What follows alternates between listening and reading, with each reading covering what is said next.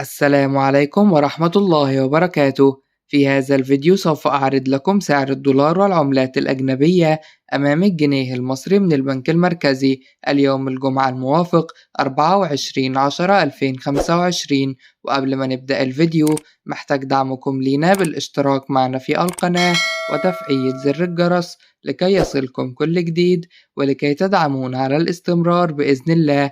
لو عجبك الفيديو دوس لايك. إليكم التفاصيل بعد الانترو.